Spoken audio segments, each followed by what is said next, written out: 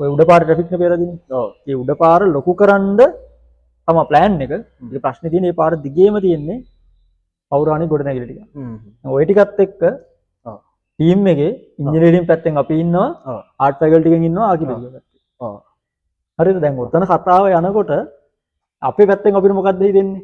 අපිට පේන්නෙම ට්‍රැෆික් එක විතර. ට්‍රැෆික් එක විතර. හරිද? අපිට කෙලින්ම කියලා දාන්න තියෙන්නේ මොනවද ඔය බිල්ඩින් එක කඩලා දාන්න.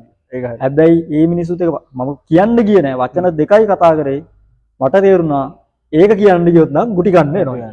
ඒ කියන්නේ ආය මාර විදියට අදහන්නේ මේ බිල්ඩින් එක තියෙන ගල් කැටයට පවා මේ මිනිස්සු ආදරේ. ඒක හරි. එයාලගේ සබ්ජෙක්ට් එක හැටි. සබ්ජෙක්ට් එක නෙමෙයි අපි තුනත් ඒක තියෙන්න ඕන අපේ. ඒක හරි. අපිටත් ඒක දැනෙන්න ඕන. මට තේරුණ ලොකුම අඩුපාඩුවක්. අපෝ අපි මෙහෙම හිතන්නේ නෑනේ කියන එක තමයි මට ඒ වෙලේම දැන් අපිට ට්‍රැෆික් එක දැනුණාට අපිට ඒක දෙන්න නෑනේ. අපිට ඕන ඉක්මනට යන්න. අපිට ඕන මිනිස්සුන්ට ඉක්මනට යන්න දෙන්න. එච්චරයි. ඔව් ඒක හරි. හැබැයි මේ ගොඩනැගිලි අවුරුදු 100 200 පරණ ගොඩනැගිලි මේ මිනිස්සු ඒ වගේ ගල් කැටයකටවත් හානි කරන්න